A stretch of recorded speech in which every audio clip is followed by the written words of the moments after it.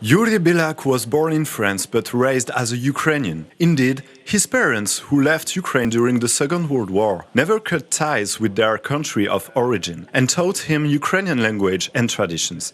I came to Ukraine the first time in 1982 or 1983. In Lviv, I found an entire city where everyone spoke the language that my parents invented. This is what I thought at that time because I only knew this language from my family, and in France, people never spoke about Ukraine.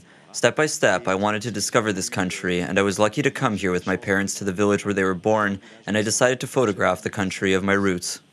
Yuri has been following up on Ukrainian history for about 30 years. He also took photos of the Revolution of Dignity and went to the Donbas in order to document the war. Many of his pictures related to Ukraine's recent history have been compiled in a 500-page charity album titled Maidan-Donbas History of Future, dedicated to war orphans. This album, limited to 260 copies, also entered the permanent collection of the Museum of Books and Publishing in Kyiv. We would like to show this album for our visitors for all time in our exposition.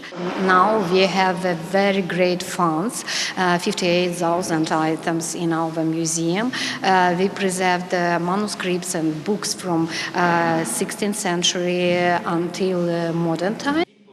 While traveling and taking pictures all over the country, Yuri has also focused on local traditions and specificities of Ukraine, which still remain important for Ukrainians who manage to combine these traditions with modernity. I'm very happy to see these young Ukrainians called folklorists who go from village to village collecting songs from grandmothers and do an amazing work of preserving their culture. Here, we don't make a clean slate of the past, we do not leave it in a museum, but we keep a part of it as we adapt in a different way. I think this is good. It helps to affirm the Ukrainian identity, especially regarding what's happening now in the country with all these so-called separations.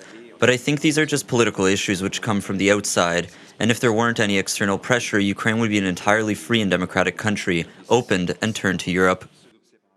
After offering this book to the Museum of Books and Publishing, Yuri would like to help the museum to develop through different upcoming projects. Reported by Pierre Mareczko, UATV.